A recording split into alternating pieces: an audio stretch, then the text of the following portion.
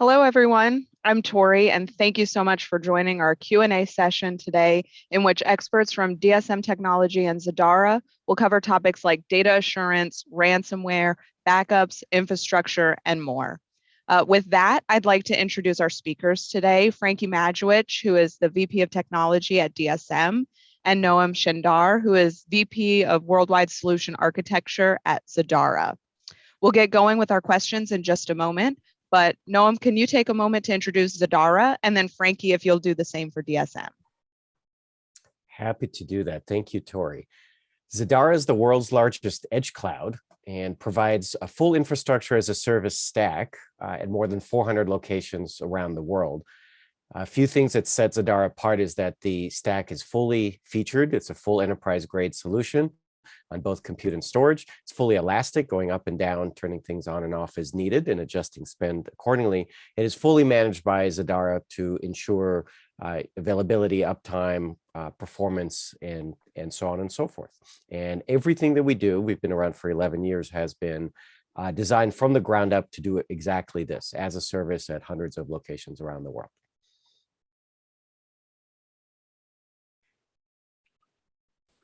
Hi, everyone. I'm Frankie Majowich at DSM.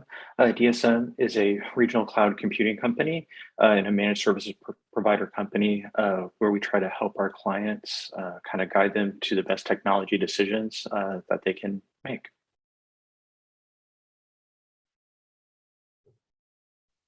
Great. Thank you guys for those introductions. So we're going to jump into the questions. So we're going to start off with just what are some of the biggest data assurance concerns that your customers have today? Yeah, Tori. Some of the biggest concerns our clients have today around data assurance is knowing that their data is going to be there when they need it most. And so today it's staying ahead of those always evolving threat landscape. Every day there's a new threat coming out. And so really being prepared for those. And also, our customers really want to have that peace of mind, knowing that their data can survive and be available no matter what the threats are that are out there. Absolutely. And to add one more thought to that, the important to know that that data that needs to survive is usable. So the two key rules are make sure the data survives and make sure that's the right data, because the wrong time to find out that the data is incomplete, let's say, is at the time that you need it. Absolutely. So that leads into when looking at a backup solution, what are some of the most overlooked ways to get the most out of your solution? Yeah, and here's kind of where Veeam has this kind of backup rule that's out there. It's called the 32110 rule. It's having 3 copies of your data on 2 different types of media. One of those is being offline, and one of those is being kind of air gapped. And so what that does is, kind of allows for you to have data assurance, knowing that you follow that rule and you'll have your data when you need it. And kind of some overlooked ways that you can leverage your backup data and getting more out of your backup data is leveraging it to do testing, reporting, and security scans on your backup data. And by doing these processes on your backup data, you can limit the performance impacts to your production environment. Exactly. And that's the zero. So the zero is just a very, very important addition to the 32110 is zero errors, zero defects in the data. Following those 5 rules of 32110 and 0 gives one that peace of mind that you, Frankie, were just talking about in terms of knowing that if needed, the data is there no matter what, and that it will successfully restore if necessary. Those are great points. So are there ways to guarantee business continuity in times of a disaster or, say, a cyber attack? Yeah, Tori. One way is to leverage a service provider that is out of band of your infrastructure. This kind of provides a separate control plane, a separate security boundary to kind of ensure that your data is safe. You can utilize technologies like immutability and air-gapped backup solutions. With immutability, your data is fixed, it can't be changed or deleted. And then in an air-gapped scenario, a backup copy is created that can't be reached from an external connection like the internet. Yeah, and if you think about the 32110 rule, one of the rules was about two sites. So if there are two different sites, then it's better if those sites are distant from each other. And this is where a solution provider like DSM that has a partnership with us is able to offer the service across those hundreds of locations. It's very easy to find two locations that are suitable geographically, uh, close enough to you, but yet far enough from each other that you're able to guarantee that a disaster or some other event that affects one site has no chance of affecting the other site. So that touched or danced around the outside of, disasters or cyber attacks, but how has the conversation around ransomware changed over the last year with your customers? Yeah, Tori, the conversation definitely has changed in the last year. It's ransomware is becoming more common. It's really getting real with our customers. Now, unfortunately, our customers know of another business that's been affected by ransomware. And so it's kind of shifted their mindset of not if it's going to happen to me, but kind of when is it going to happen to me? And what do we have to do to be ready for when that does happen, and what things can be put in place to ensure that you can recover from a ransomware attack. And that's why the air gapping is so important. So at the end of the day, the one way to guarantee that a certain copy of your data can't be affected is if it is offline. If it's offline, it cannot be reached by an attacker. Awesome. So switching a little bit, so want to ask about multi-tenant infrastructure. So how can a multi-tenant infrastructure or environment impact performance-sensitive applications, and what could organizations do to combat this? Yeah, Tori. So typically in a multi-tenant infrastructure, you have a pool of resources that kind of get divvied up and allocated to the customers. And so occasionally, one of those customers could take maybe more resources out of that pool than really designed to do, and that could potentially impact their other applications needs. And I know Zadara has some interesting ways that they kind of combat that.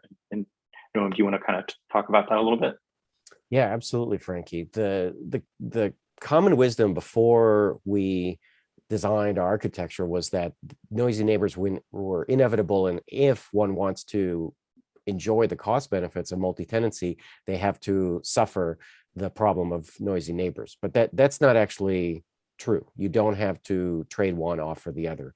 With our patented architecture, which we call VPSA, Virtual Private Storage Array, we provide via DSM the cost basis of a multi-tenant solution, but with a single tenant experience, let's call it. There are no shared resources, even though they're available on demand, even though it's elastic, and each tenant has full control of their own experience and performance and other trade-offs, completely independent of all the choices made by other tenants, which means it's the best of all worlds, and there is no compromise to be made here. Absolutely. So in today's technology landscape, as a service is becoming more and more prevalent. Can you guys talk a little bit about what the benefits are of the as a service model and how that helps maximize profits? Yeah, Tori. A lot of it comes down to as a service is speed to value. You can kind of turn on and start consuming services right away. You don't need to wait on a procurement cycle to get equipment in, and just as easy as it is to turn it on, it's that easy to turn it off, and you can adjust your consumption and spend based off your business needs. And what that changes fundamentally is the relationship between the user and the service provider. Traditionally, IT has been a customer-vendor relationship. The vendor sold some hardware to the customer or a software license, and the customer was stuck with that, whether they needed it or not, or whether it was the right thing to have bought or not. This creates a partnership because the offering is elastic. It can be dialed up and dialed down or even stopped based on the needs of the user. And that means that the service provider's interest is in making the user successful. So now they're on the same side. They're not in opposition. And I think that makes this this world a better place, because we're all working toward the same goal, which is growing the end user. So everybody here in this chain, from DSM's customer to DSM to Zadara, are trying to do the same thing. I agree. It's so important to have technology partners that you can trust and have the best interest of the clients in place. So, switching gears to talk about a little bit about Microsoft. So, what are some of the challenges that businesses are facing when backing up to Microsoft 365, and how can DSM and Zadara help them solve those? Yeah, Tori, what a lot of people don't know is that Microsoft has what's called a shared responsibility model, where the client is actually responsible for the data that resides in Microsoft 365. Microsoft's responsible for, say, the underlying infrastructure, but at the end of the day, it's your data and you're responsible for it. And that's where DSM and Zadara can help back up that Microsoft 365 data and make sure that it's available when you need it most. Yeah, I think that says it all, Frankie. Great. So, moving on to the SLED space, what unique considerations do SLED organizations face when it comes to business continuity? Yeah, Tori. A lot of SLED organizations are who people depend on the most when a disaster happens. And so those SLED organizations need to have their infrastructure up and running even through a disaster. And if they get impacted by a disaster, to be up and running as quickly as possible to serve all the people that depend on those organizations. And I would add that SLED organizations have unique budgeting requirements. They generally don't have a large pool of CapEx funds sitting around waiting to be spent. So they are much more likely to be able to afford new projects using an OpEx model, where it's pay as you go. And then the other is that they are dependent on a state budget or a county or city budget, and those budgets can disappear in the budgetary cycle. They may not get renewed or reapproved. And in which cases, again, that as a service model that allows one to turn down services as needed is perfect for ensuring that they're not stuck with something that they can't afford. That's a great point. So, what are some of the best practices, Frankie, that DSM relies on to guarantee customers' data is safe and available when needed? Yeah, one of the first things is obviously, making sure our customers' data is backed up. And then we talked about some of the best practices that we implement here at DSM, leveraging immutability, again, ensuring that customers' data can't be modified or changed, leveraging offsite copies, air gapped, so they're never able to get accessed from a third party. We leverage multi-factor authentication to give that extra level of verification of who's getting into DSM systems and proving who they are. And again, it comes really down to that 3-2-1-1-0 rule. We can't stress that enough. Just kind of following those best practices to ensure that their data is available when they need it. And I'll add, in a somewhat self-serving manner, that wisely DSM chose Zadara for the storage behind the 3-2-1-1-0, and the reason is straightforward. We're the only storage provider out there that has a single solution that covers all of these rules, every aspect of the 3-2-1-1-0, be it the different media, the different locations, the immutability or offline aspect, are all covered by this single solution. That makes everybody's life much easier and simpler, because it doesn't require multiple vendors, it doesn't require coordination, doesn't require multiple configuration. Those are all really good points, and it really sounds like DSM and Zadara just want to make sure that their clients' data is secure and safe. So that's really important. So how are DSM and Zadara differentiated versus buying directly from a hyperscale or cloud provider?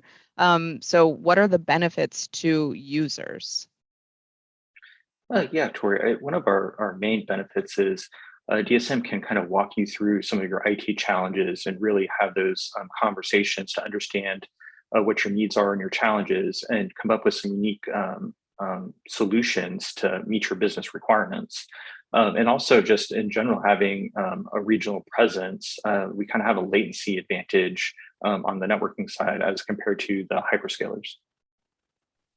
Exactly. Yeah, we call that the rain shadows, where the clouds don't exist, it can't rain. And DSM does a great job of filling those rain shadows. I would add one more little point, which is, we've really enjoyed working with DSM because they're very easy to work with and very professional.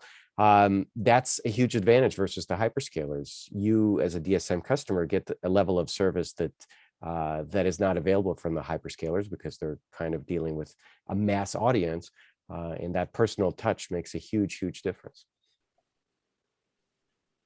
Absolutely, it does. So the last question I'm going to ask you guys today are, what are good everyday data protection practices that our listeners should be aware of?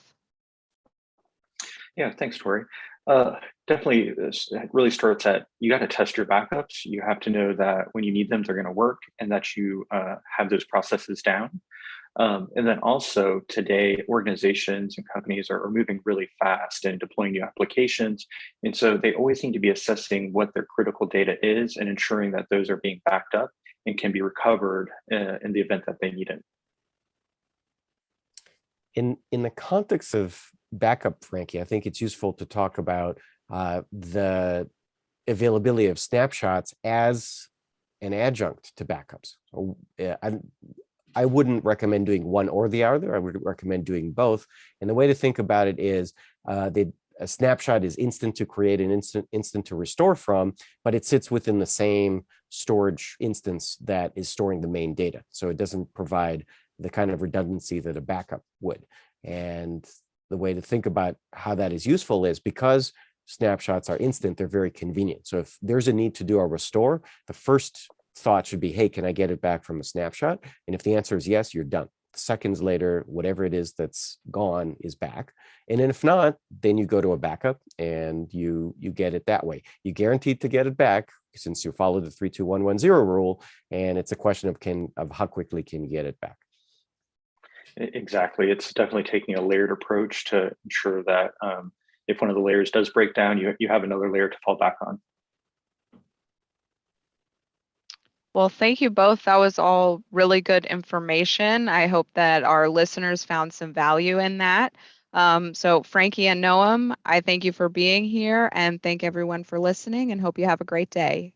Bye. Thanks, everyone. Thank you.